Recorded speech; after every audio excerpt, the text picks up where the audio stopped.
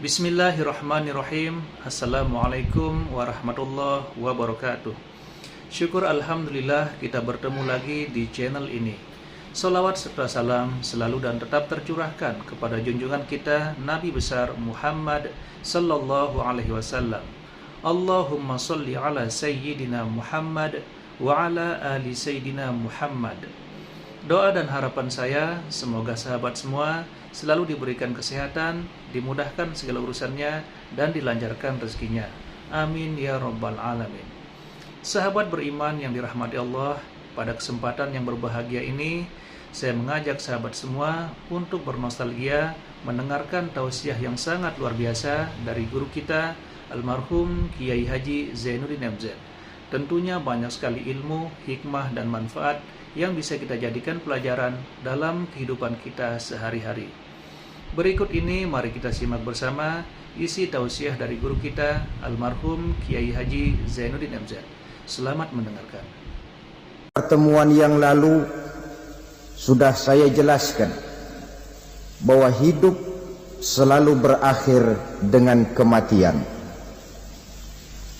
Apabila datang kematian menimpa seseorang, datanglah kiamat baginya. Itu yang disebut dengan kiamat kecil. Hakikatnya mati adalah perpindahan dari kehidupan di dunia ini menuju kehidupan di alam barzakh. Menunggu kita di alam barzakh sampai datangnya saat kiamat. Entah 10 tahun, entah 100 tahun, entah 1000 tahun, hanya Allah saja yang maha tahu.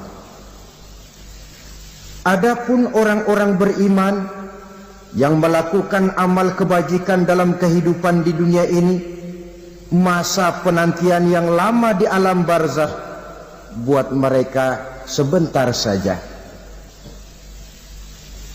Tetapi bagi orang-orang kafir yang ingkar, yang tidak beriman kepada Allah, yang hidup di dunia cuma menumpuk-numpuk dosa, tentu penantian di alam barzakh akan merupakan waktu yang sangat lama. Bukankah dalam kehidupan kita waktu itu memang relatif? Contoh misalnya, bagi pemuda-pemudi yang sedang duduk asyik memadu cinta, waktu 4-5 jam saja rasanya cuma 4-5 menit. Tenggelam oleh keasikan. Tapi buat orang yang berbaring di rumah sakit, meratap di balik-balik apa itu tembok derita kata lagu, di balik dinding-dinding penjara, sehari bagai seminggu, seminggu rasa sebulan, sebulan boleh jadi rasa setahun. Penantian yang sangat lama.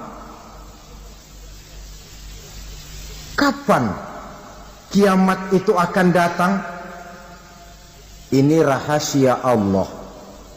Jangankan kita yang orang awam, baginda Nabi sendiri tidak diberitahu oleh Allah kapan kiamat itu akan terjadi. Tetapi sungguh pun demikian, banyak hadis-hadis yang menjelaskan ciri atau tanda-tanda datangnya kiamat. Nah, kalau sudah bicara soal tanda, tanda kiamat itu ada 2. Pertama yang disebut alamatus sughra, tanda-tanda kecil. Ini waktunya masih ada tenggang. Ada yang dinamakan alamatul kubra, tanda-tanda besar. Artinya kiamat sudah diambang pintu. Apa tanda-tanda kecil dari datangnya hari kiamat itu? Misalnya kata Nabi, apabila ilmu sudah diangkat oleh Allah. Artinya apabila ulama sudah banyak wafat, minat orang belajar agama berkurang, lalu kebodohan nampak merajalela di mana-mana, zina dikerjakan secara terbuka, minuman-minuman keras jadi kebanggaan, itu termasuk di antara tanda-tanda kecil terjadinya hari kiamat. Apalagi misalnya iza waladatil ammatu rabbataha, apabila budak sudah melahirkan tuan. Apa maksudnya? Ada yang mentafsirkan apabila anak sudah bisa membudaki orang tuanya. Orang tua yang melahirkan dia, yang membesarkan dia, demi setelah si anak besar jadi orang berpangkat, bertitel, berharta, berkedudukan, jadilah orang tua itu budaknya. Sehingga sering dibilang kalau orang tua kaya, anak jadi raja. Tapi kalau anak yang kaya, orang tua sering jadi budak. Apalagi munculnya fitnah yang bergelombang, timbul perang antara dua bangsa yang besar, waktu berjalan terasa sangat pendek sekali.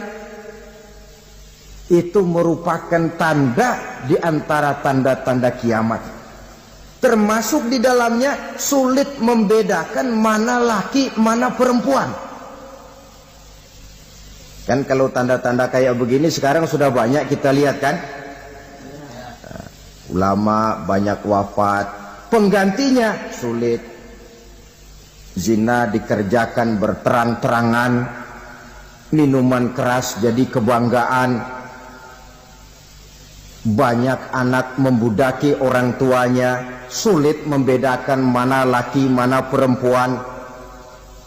Kadang-kadang dari belakang kita lihat perempuan bener, begitu kita colek nengok jenggotan.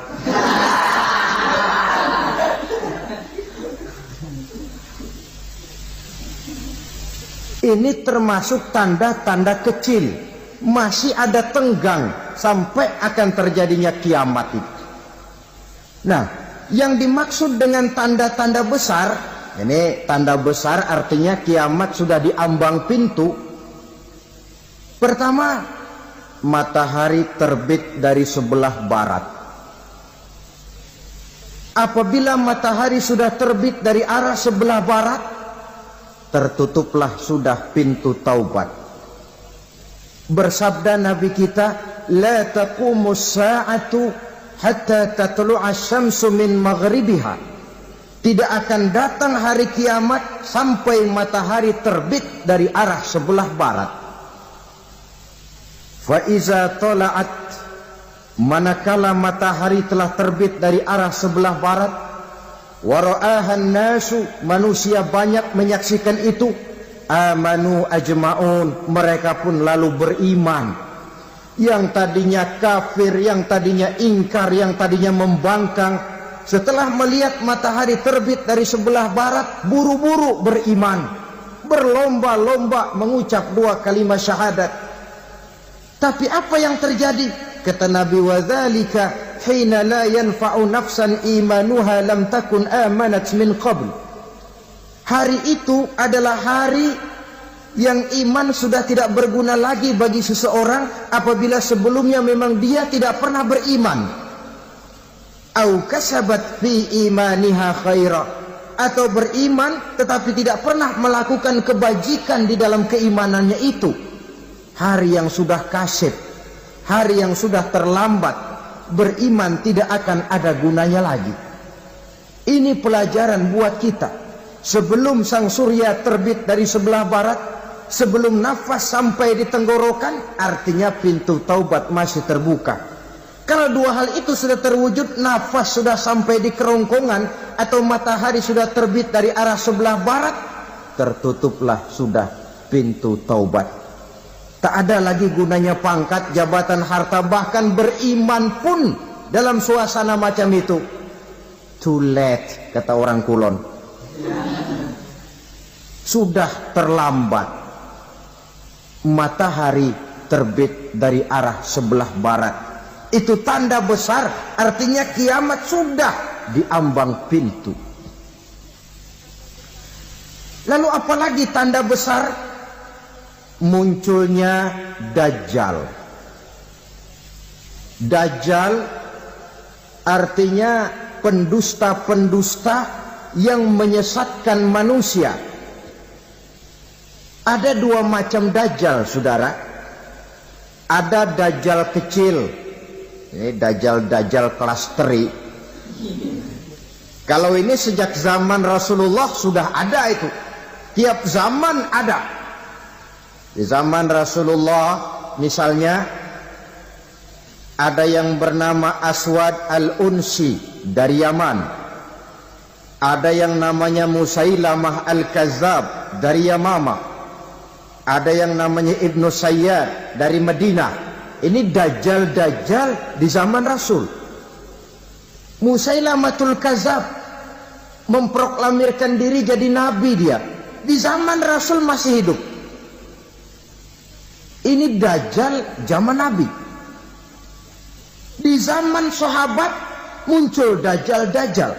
Di zaman kita sekarang ini dajjal-dajjal pun gentayangan. Dajjal-dajjal kelas teri. Kerjanya mendustakan manusia, menyesatkan manusia, memalingkan manusia dari jalan yang benar dan diridhoi oleh Allah Subhanahu wa taala. Adapun yang merupakan tanda besar dari datangnya kiamat, dajjal-dajjal kelas kakap. Pembohong-pembohong besar yang menyesatkan masyarakat manusia berpaling dari jalan Allah mengikuti jalan mereka.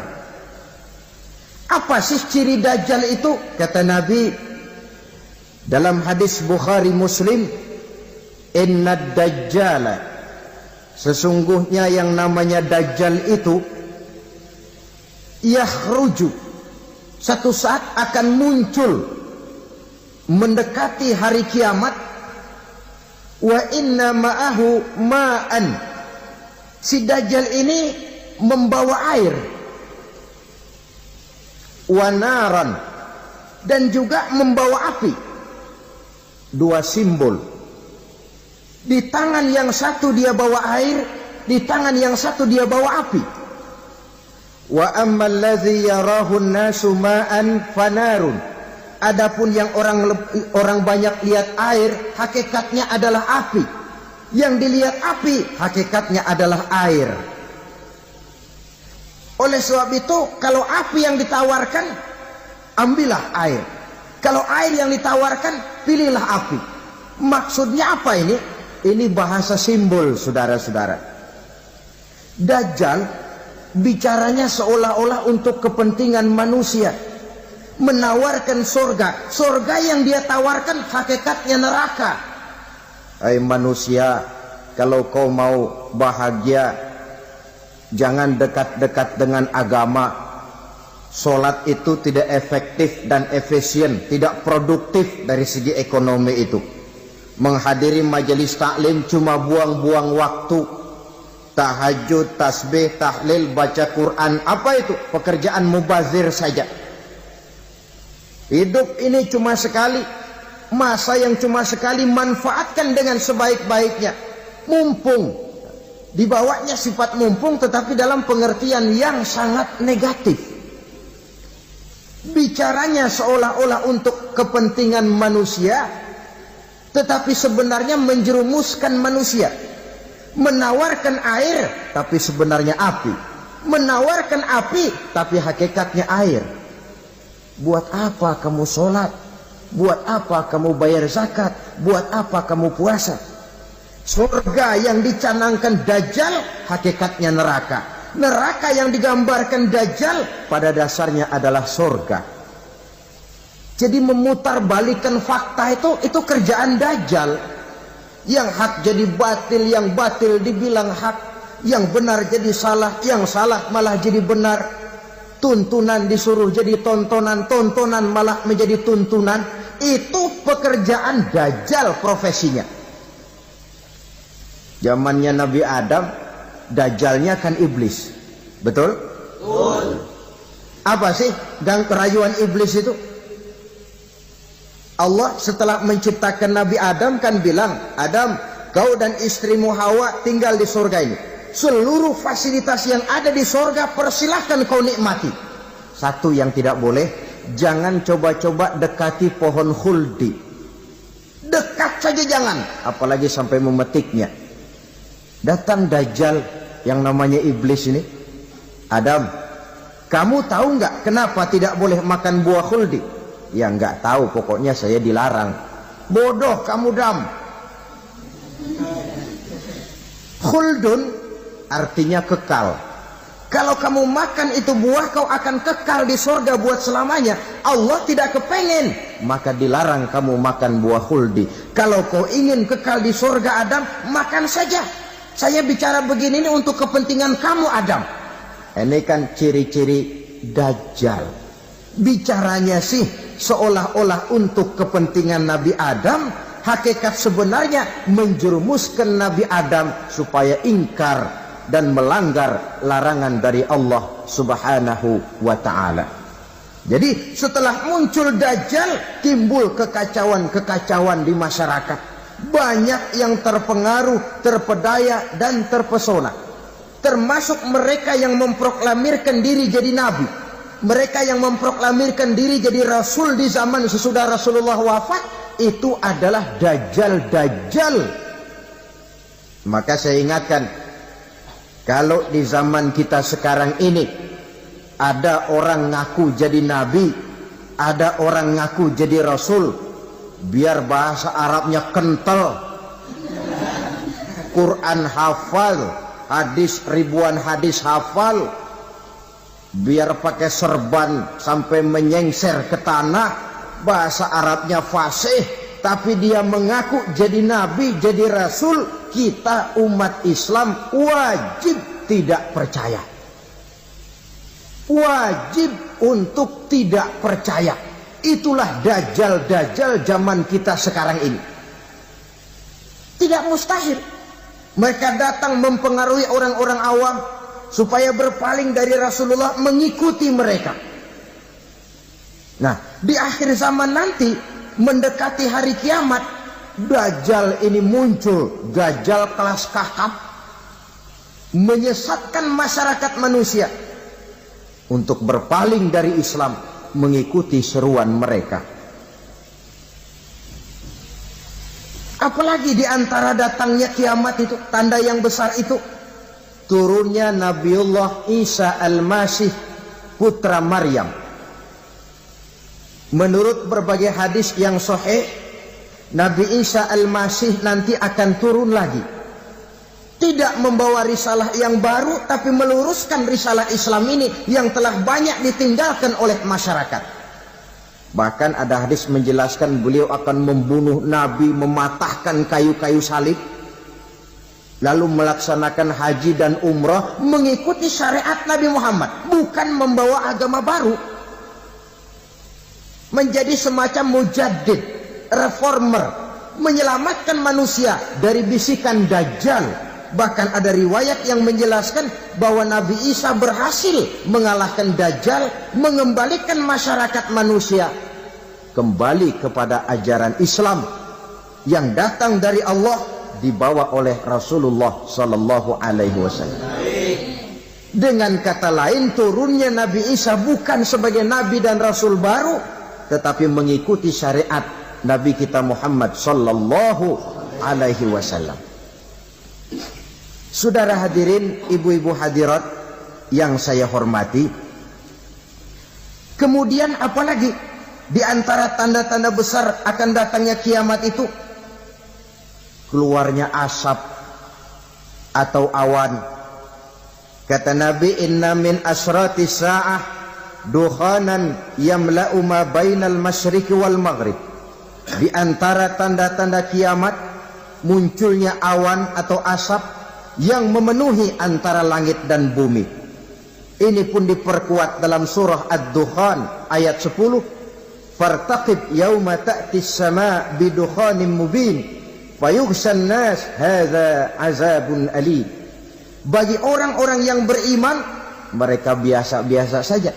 Tapi bagi orang kufur, datangnya asap dan awan ini merupakan azab yang kelewat pedih. Barangkali sedikit mendekati gambaran tentang azab yang pedih ini, saya ingatkan alam pikiran kita kepada peristiwa yang belum lama terjadi. Pernah dengar berita bocornya reaktor nuklir di Chernobyl Uni Soviet. Pernah dengar? Bocornya reaktor nuklir di Chernobyl yang mengakibatkan ratusan bahkan sangat mungkin ribuan nyawa. Cuma satu reaktor.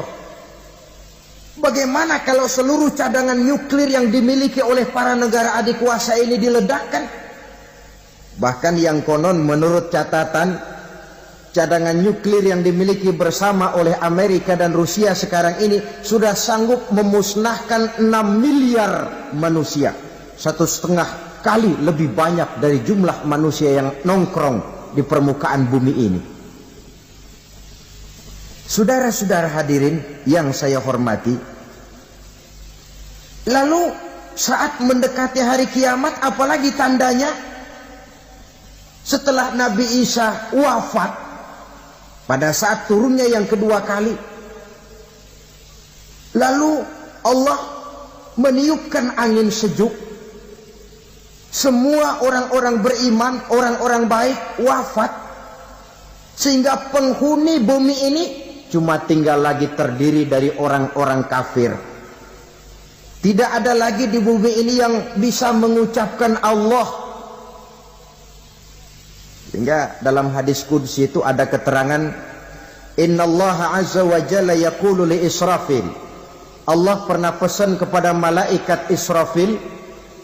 Kata Allah, Israfil, Iza sami'ta qailan yaqul Allah, Allah, fa akhirin nafah 40 sanatan ikraman liqailiha. Hai Israfil, apabila kau dengar di permukaan bumi masih banyak orang yang mengucapkan Allah, Allah, maka tunda sangkakala kiamat itu 40 tahun. Untuk apa? Ikraman liqailiha, menghormati orang yang mengucapkan Allah, Allah itu.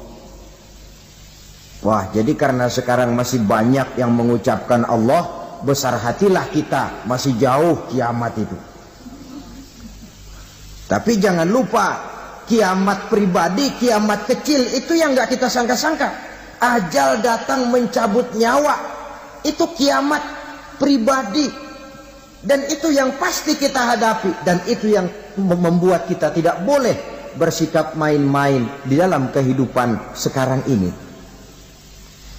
Saudara hadirin yang saya hormati, tidak ada lagi orang-orang muslim. Seluruh penduduk dunia ini kafir.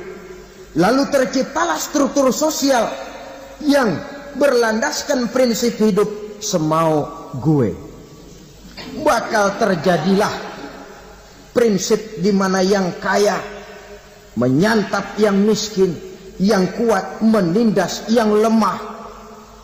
Hidup sudah bagaikan di rimba belantara. Berlaku hukum rimba. Siapa yang kuat dia yang menang, siapa yang lemah menjadi mangsa. Timbul kekacauan, maksiat merajalela, munkarat menjadi-jadi. Sehingga isi bumi ini penuh dengan segala macam perbuatan dosa. Tidak ada perlunya lagi alam diperpanjang temponya. Datang saat yang sudah dijanjikan oleh Allah Azza wa Jalla, maka terjadilah yang disebut kiamat kubra, kiamat besar, kiamat hancur-hancuran. Bagaimana kejadian ini dimulai? Dalam surah Az-Zumar ayat 68, Allah Subhanahu wa taala berfirman, "Wa nufikha fis-suri fasa'iqa man fis samawati wa man fil ardi illa man sya'allahu." Maka manakala ditiuplah sangkakala, terkejutlah seluruh yang ada di langit dan seluruh yang ada di bumi. Bila saat kiamat datang, Allah perintah malaikat Israfil, Israfil, tiup sangkakalamu. Ditiuplah sangkakala oleh malaikat Israfil. Yang akibat daripada tiupan itu, seluruh yang ada di langit, seluruh yang ada di permukaan bumi terkejut. Yang ada di langit siapa? Malaikat kan. Bayangin aja kalau malaikat kaget, apalagi kita. Terkejut seluruh makhluk yang ada di bumi, yang ada di langit mendengar suara sangkakala itu. Bunyinya tidak sanggup kita bayangkan dahsyatnya. Ledakan nuklir, ledakan neutron, belum apa-apa ketimbang bunyi sangkakala malaikat Israfil ini. Nah, lalu mendengar bunyi sangkakala ini, gemparlah makhluk, kacaulah alam. Bumi gempa, planet-planet bertabrakan, gunung meletus, air laut tumpah ke darat, angin topan bertiup, halilintar menyambar. Lalu semua yang bernama hidup mati total. Mati bareng tanpa persiapan. La haula wala quwata illa billah. Saya kadang-kadang dalam tafakur bermohon, ya Allah, mudah-mudahan saya enggak nemuin kiamat beneran. Ngeri. Tidak bisa kita bayangkan macam apa suasana seperti itu. Allah saja banyak memberikan gambaran, misalnya Al-Qari'ah, wa mal Qari'ah, wa ma adraka mal Qari'ah. Kejadian yang menggemparkan. Tahukah kamu apa kejadian yang menggemparkan itu? Yauma yakunun nasu kal farasil mabsus wa takunul jibalu kal ihnil manfus. Pada saat itu manusia berterbangan bagai kupu-kupu. Gunung berterbangan seperti kapas ditiup angin. Gunung saja macam kapas, konon lagi manusia. Kematian total, mulai semut sampai gajah mati, jin mati, iblis mati, malaikat mati. Malaikat saja mati. Saudara hadirin yang saya hormati, kematian total yang tanpa persiapan. Orang bilang, Pak, kalau mati bareng begitu yang repot malaikat maut dong ya. Cabut sana, cabut sini. Itu kalau menurut logika kita. Mestinya begitu menurut logika. Tapi logika juga yang bilang nggak perlu serepot itu. Sebab untuk mematikan listrik di wilayah DKI, di wilayah Jakarta, nggak perlu tiap rumah didatengin matiin, ya lama. Cukup dari kantor pusatnya saja PLN tekan satu tombol, gelaplah seluruh Jakarta. Saudara hadirin yang saya hormati, kematian total. Lalu setelah kematian total, planet-planet juga mati, dalam arti tidak bergerak dan beredar. Angin mati, dalam arti tidak bertiup. Air mati, dalam arti tidak ada riak gelombang. Pokoknya semua mati. Kullu nafsin za'iqatul maut. Semua yang bernafas mati. Dalam ayat lain, kullu man 'alaiha fan. Semua yang ada di permukaan bumi fana. Yang kekal cuma Allah Subhanahu wa ta'ala. Yang paling belakang mati malaikat maut dan malaikat Israfil. Tapi mati juga sesuai dengan janji Allah. Menurut hadis Bukhari Muslim dari Abi Hurairah, masa tenggang waktu antara kematian total pada tiupan sangkakala pertama dengan proses kebangkitan pada tiupan sangkakala kedua 40 lamanya. Tidak dijelaskan oleh Abi Hurairah 40 jam, apa 40 hari, apa 40 tahun. Hadis-hadis cuma menyebutkan 40 saja. Sunyi alam, yang tinggal cuma Allah saja lagi. Ketika itu Allah berseru-seru, katanya, limanil mulkul yauma. Siapa para penguasa hari ini?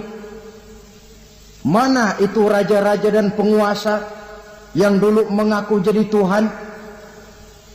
Fir'aun, mana Fir'aun sekarang?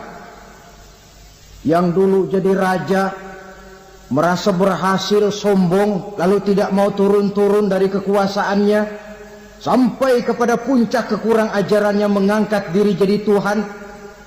Mana itu Fir'aun? Namrus, mana sekarang Namrus? La ilaha illa ana. Ternyata tidak ada Tuhan lain selain daripada aku, kata Allah. Proses kemudian, saudara-saudara, turunlah hujan dari langit. 40 lamanya hujan itu. Tidak jelas juga 40 jam apa 40 hari. Setelah air turun membasahi, datanglah tiupan sangkakala yang kedua. Semua yang bernama mati bangkit dari kuburnya masing-masing. Ini yang disebut Yaumul Ba'thi, hari kebangkitan. Allahu Akbar. Pada saat kita bangkit dari kubur kita masing-masing, kumpul di padang mahsyar namanya. Bayangin aja, saya sendiri nggak sanggup bayangin. Manusia sejak zaman Adam sampai zaman kiamat kumpul bareng di tempat sama. Berapa banyaknya itu?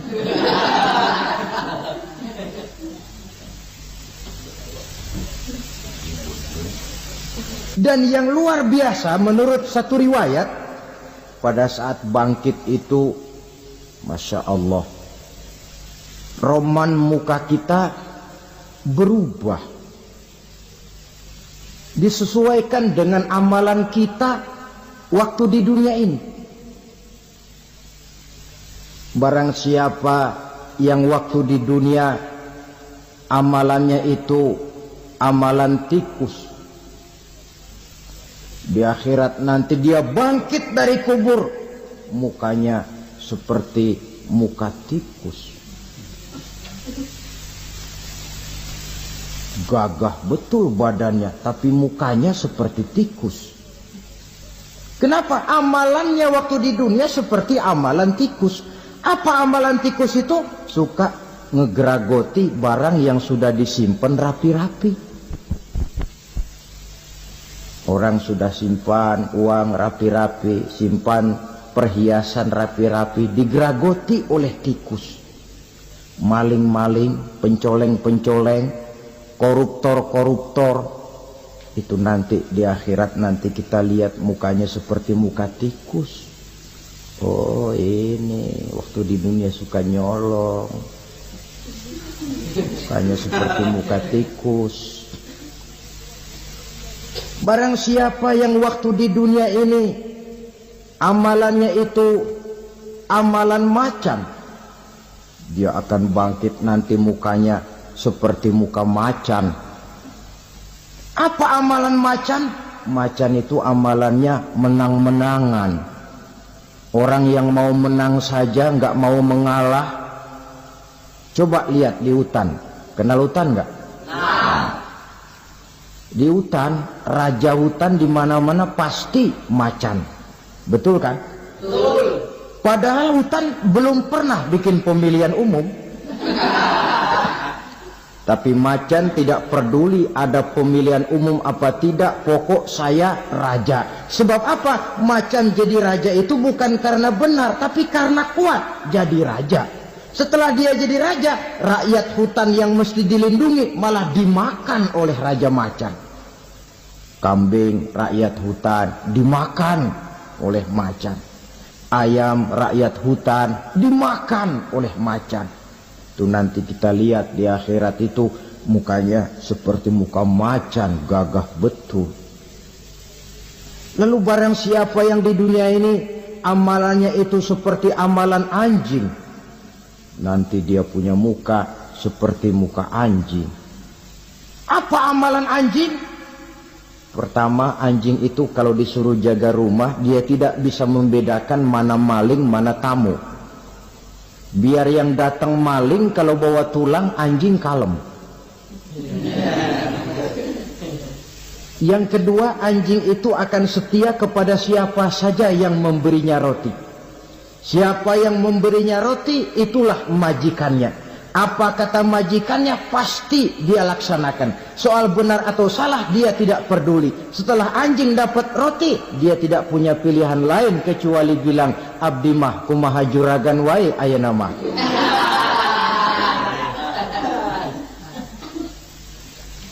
Saudara hadirin yang saya hormati, berkumpul di padang mahsyar, tiap orang sibuk dengan persoalannya masing-masing.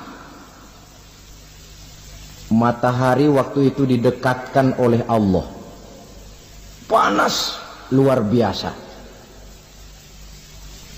Ada yang saking panasnya itu mencucurkan peluh keringat sampai sebatas mata kakinya. Ada yang keringatnya sampai sedengkulnya, ada yang keringatnya sampai sepusatnya, ada yang keringatnya mengalir sampai sebahunya. Ada yang kelelap oleh keringatnya sendiri, sementara orang di sampingnya nggak apa-apa. Bergantung lagi amalan dia waktu di dunia ini. Saudara-saudara, sebagian orang dalam kepanikan padang mahsyar berombong-rombong datang mereka menghadap Nabi Adam. Ya Adam, anta abal bashar. Hai Adam, Tuhan adalah bapak moyang manusia. Kami sebentar lagi akan disidang, dimintakan pertanggungan jawab. Tolonglah kami, hai Adam. Kata Nabi Adam, jangankan nolongin sampean, saya sendiri tanggung jawab di hadapan Allah. Ketika dulu tidak boleh makan khuldi, saya serobot. Sudahlah, urus diri masing-masing saja, nafsi. Begitu kata Nabi Nuh, begitu kata Nabi Ibrahim. Tiap orang bertanggung jawab sendiri-sendiri. Ketika itulah saudara-saudara, nikmatnya menjadi umat Nabi besar Muhammad sallallahu alaihi wasallam.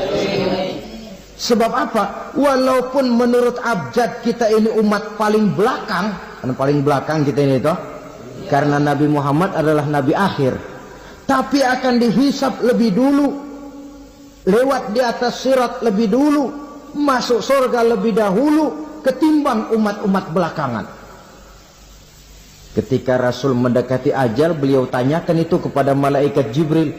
Malaikat Jibril berkata, Muhammad jangan khawatir, Allah sudah berjanji, inni haramtul jannata ala sairil anbiya hatta tadkhulaha anta. Wa haramtuha ala sairil umami hatta tadkhulaha ummatuka. Surga aku haramkan buat seluruh nabi kecuali kalau engkau Muhammad sudah masuk ke dalamnya. Dan surga aku haramkan buat seluruh umat kecuali kalau umatmu Muhammad sudah masuk ke dalamnya. Logikanya, walaupun menurut abjad kita umat paling belakang, bakal dihisab paling dulu, lewat di atas sirat paling dulu, masuk surga paling dulu. Kalau mampir ke neraka juga paling dulu. Ya resiko. Jangan mau enaknya aja paling dulu. Saudara hadirin yang saya hormati, setelah masa kebangkitan itu jangan dikira begitu bangkit langsung diperiksa. Masih menunggu menanti ribuan tahun perhitungan padang mahsyar untuk sampai kepada proses yang disebut yaumul hisab, hari perhitungan. Seorang demi seorang bakal dipanggil.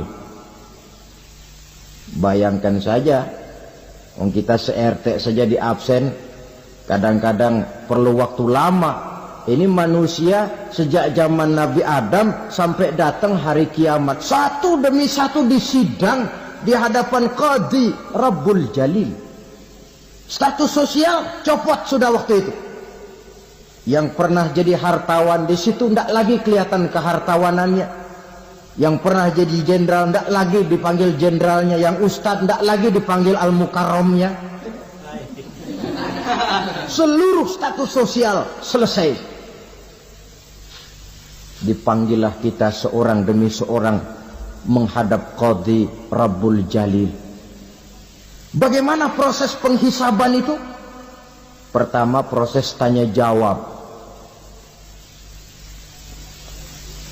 Di antaranya ada hadis menyatakan, lan tazula qadama 'abdin yaumal qiyamah hatta yus'ala an arba'i khisalin. Besok di hari kiamat tidak akan bergeser telapak kaki seorang hamba sampai dia ditanya lebih dulu tentang 4 persoalan. Tentang ilmunya. Kemana ilmu itu diamalkan? Tentang umurnya. Di mana umur itu dihabiskan? Tentang masa mudanya. Kemana masa muda itu dipakai? Tentang hartanya. Dari mana harta itu didapat dan kemana harta itu dibelanjakan. Ini termasuk proses tanya jawab. Jadi kalau istilah pengadilan dunia, nama Fulan bin Fulan. Kamu waktu di dunia diberikan umur panjang untuk apa? Pernah mengalami masa muda, kemana kau habiskan masa remajamu? Kau diamanahkan ilmu, dengan apa ilmumu kau amalkan? Kau diberikan harta, dari mana harta kau dapat, kemana kau belanjakan? Tak seorang pun yang bisa mungkir. Sebab apa? Dikala itu yang menjadi saksi bukan orang. Yang menjadi saksi adalah seluruh anggota badan kita. Tangan bicara, kaki jadi saksi terhadap seluruh amalan yang pernah kita kerjakan pada saat kehidupan di alam dunia ini. Selesai proses tanya jawab, lalu diperlihatkan buku catatan kita waktu hidup di dunia ini.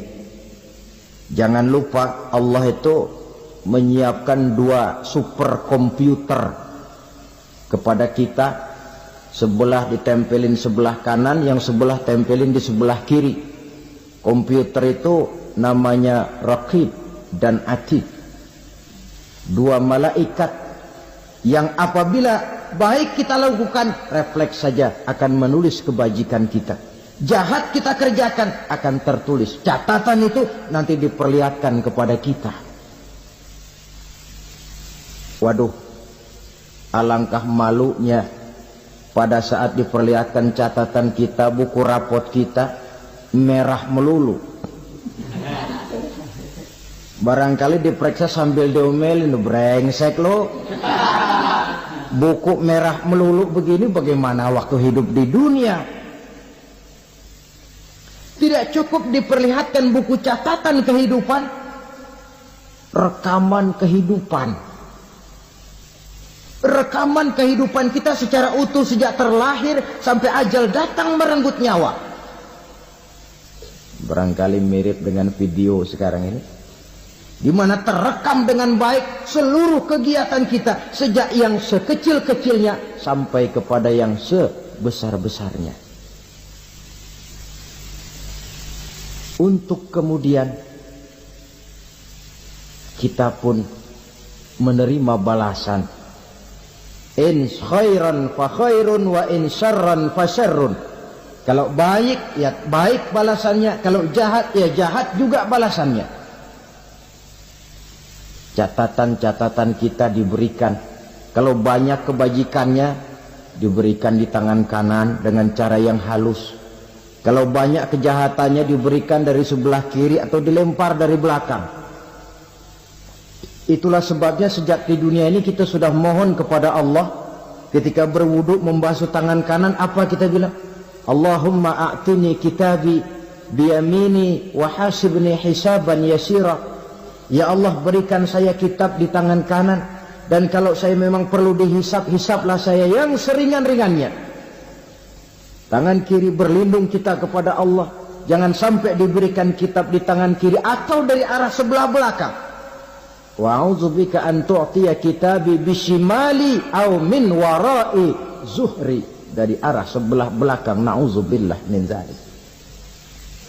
Setelah selesai lewat proses penghisaban, lewat mizan, timbangan, maka yang sudah selesai dihisab itu bergeraklah menuju sirat, jembatan yang terbentang menuju surga melalui neraka. Saudara-saudara, panjangnya perjalanan sirat itu memakan waktu ratusan tahun. Tetapi orang yang lewat di atas sirat pun macam-macam, bergantung amalannya ketika di dunia ini. Ada yang lewat di atas sirat itu kal barqil khatib, seperti kilat yang menyambar, sudah sampai dia di surga. Cepat bukan main. Ada yang lewat di atas sirat itu seperti orang lari-lari. Ada yang lewat di atas sirat itu seperti orang jalan biasa. Ada yang sambil merangkak, ada yang sambil ngesor, ada yang sambil gelayutan, ada yang selamat sampai ke ujung ke surga, ada yang tergelincir jatuh masuk ke dalam neraka, bergantung amalannya dalam kehidupan di dunia sekarang ini. Tiap kita akan melewati yang namanya sirat ini. Saudara-saudara kaum muslimin yang saya hormati, dengan demikian mereka yang selamat melalui sirat sampai ke terminal akhir surga, mereka yang ketika dihisab ternyata banyak kejahatannya daripada kebaikannya, mereka singgah di dalam neraka. Nah, adapun orang-orang yang beriman menurut ayat Quran dan hadis Nabi itu nanti ada bermacam-macam. Ada orang beriman itu yang dimasukkan surga. Ada orang beriman itu yang dimasukkan ke dalam surga. Ada orang beriman itu yang disebut penduduk surga. Kenapa lain-lain, Pak? Karena waktu di dunia amalannya juga lain-lain. Ada orang beriman yang masuk surga. Ini paling murah tiketnya. Mau masuk surga? Kata Nabi begini, ma min abdin qala la ilaha illallah thumma mata ala dhalik illa dakhala al-jannah. Kalau seorang hamba sudah mengucap dua kalimat syahadat, dia yakin dengan kebenaran kalimat itu sampai matinya, orang itu akan masuk surga. Abi Dzar yang waktu itu diajak bicara heran, ya Rasul kok gampang betul? Iya. Walaupun orang itu mencuri, iya. Walaupun orang itu berzina, iya.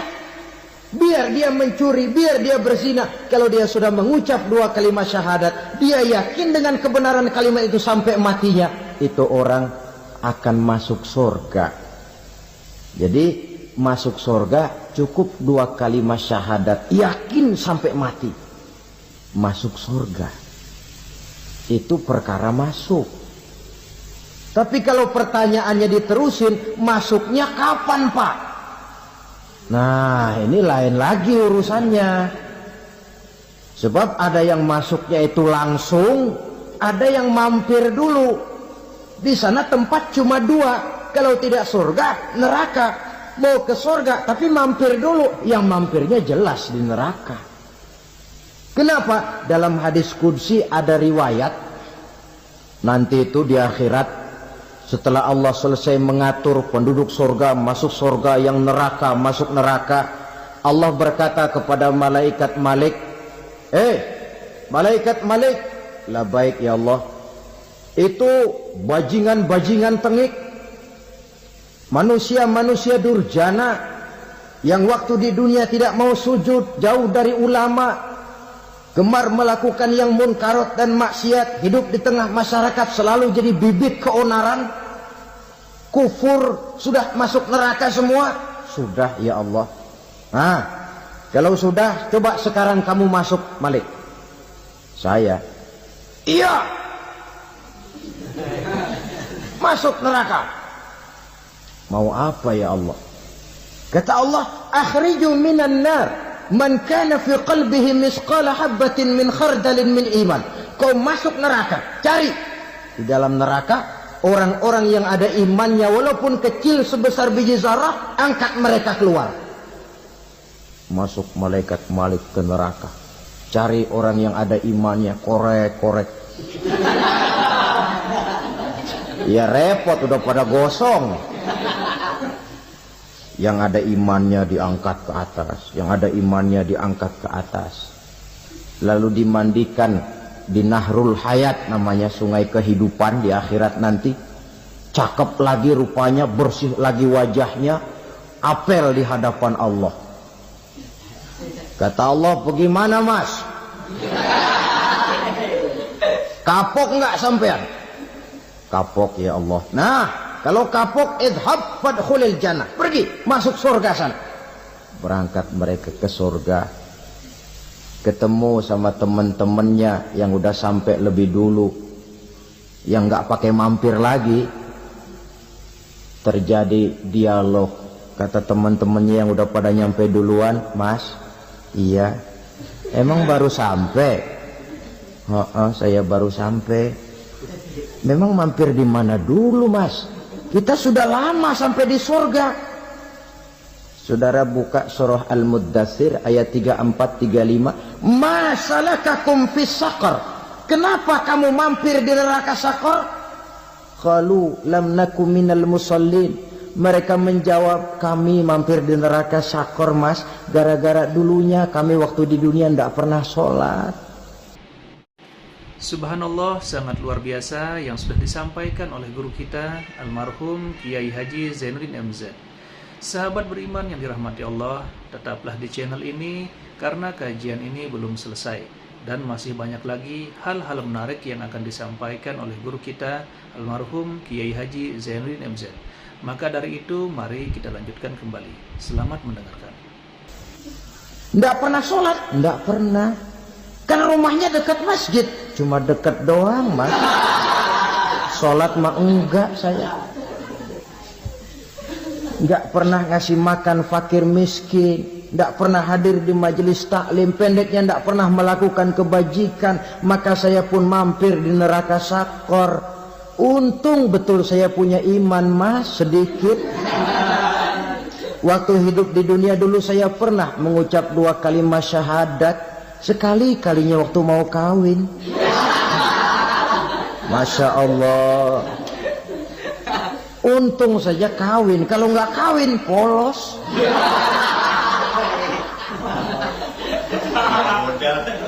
Itu juga pengulu sudah setengah mati ngajarin. Asyhadu alla, asyaduaan.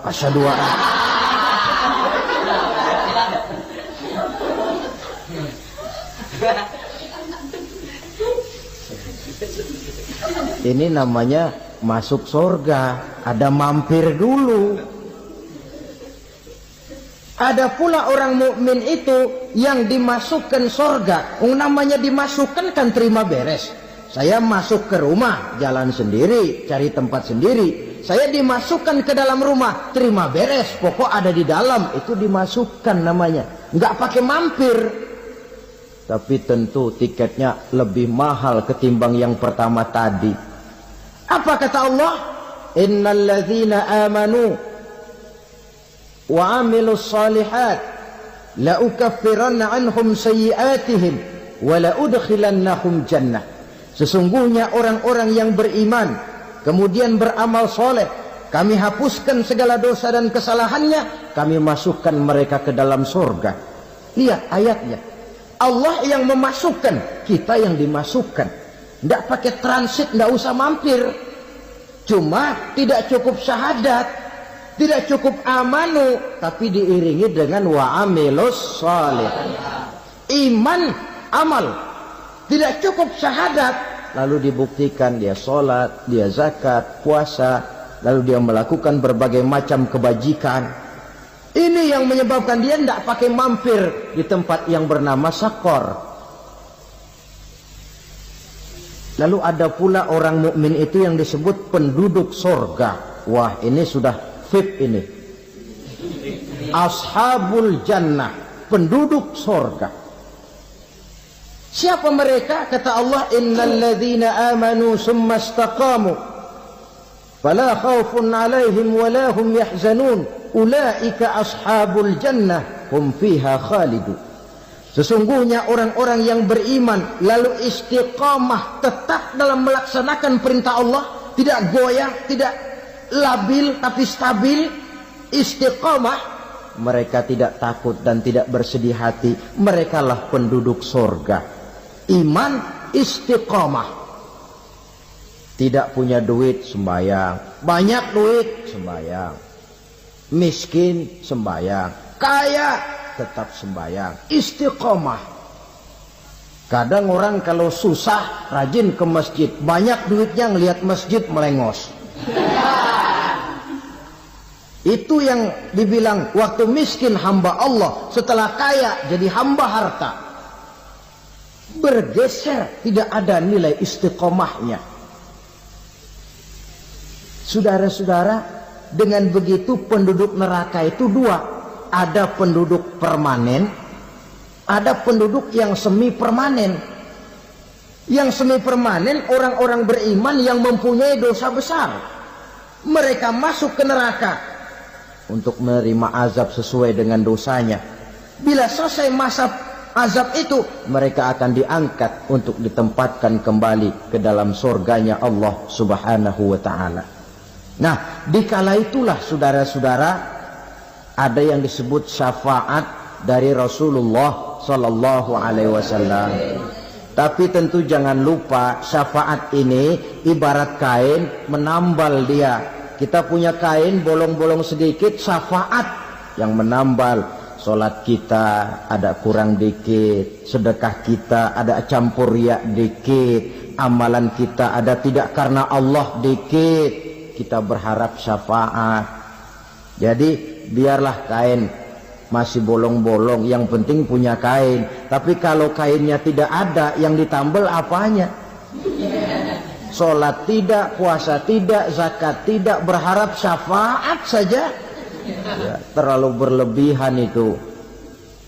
Saudara hadirin yang saya hormati, apabila selesai proses penghisaban, proses penghitungan, maka dikala itulah manusia terbagi dalam dua kelompok besar.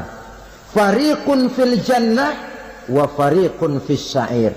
Sekelompok orang-orang beruntung yang masuk ke dalam surga, dan sekelompok lagi masuk ke dalam neraka. Akan memakan waktu untuk menceritakan sifat surga dan neraka, tapi insya Allah pada kesempatan pertemuan lain saya sampaikan. Namun sebagai gambaran umum cukuplah saya sampaikan sebuah hadis qudsi. Allah jelaskan, a'dadtu li'ibadiyas salihin ma la aynun ra'at wa la uzunun sami'at wa la khatara fi qalbil bashar. Aku sediakan buat hamba-hambaku yang soleh, yang tidak pernah terlihat oleh mata, tidak pernah terdengar oleh telinga, dan belum pernah terdetik dalam hati manusia. Jadi kenikmatan surga belum pernah dilihat mata, belum pernah didengar telinga, belum pernah terdetik dalam hati. Pedihnya azab neraka belum pernah terlihat mata, belum pernah terdengar telinga, belum pernah terdetik dalam hati. Saudara hadirin yang saya hormati, oleh karena itu, sebagai uraian akhir daripada kiamat ini, marilah sama-sama kita memanfaatkan hidup dengan sebaik-baiknya, supaya jangan timbul penyesalan di hari kemudian nanti. Mudah-mudahan kita seluruhnya diselamatkan Allah dari azab neraka dan mendapat surga dan ridhonya. Sekian dan demikianlah pertemuan kita kali ini. Terima kasih banyak atas segala perhatian. Mohon maaf atas segala kekurangan. Usikum wa nafsi bitaqwallah. Wassalamualaikum warahmatullahi wabarakatuh. Alhamdulillahirrabbilalamin. Itulah tadi kajian yang sangat luar biasa yang sudah disampaikan oleh guru kita almarhum Kiai Haji Zainuddin MZ.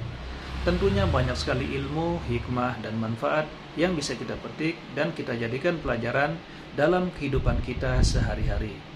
Sahabat beriman yang dimuliakan Allah, mari kita doakan guru kita, semoga beliau diampuni segala dosa-dosanya dan dilapangkan kuburnya. Amin, amin, ya Rabbal Alamin. Dan buat sahabat semua yang sudah setia menonton kajian ini sampai selesai, saya ucapkan terima kasih banyak. Semoga Allah Subhanahu wa Ta'ala senantiasa selalu melimpahkan rahmat dan karunia-Nya kepada sahabat semua.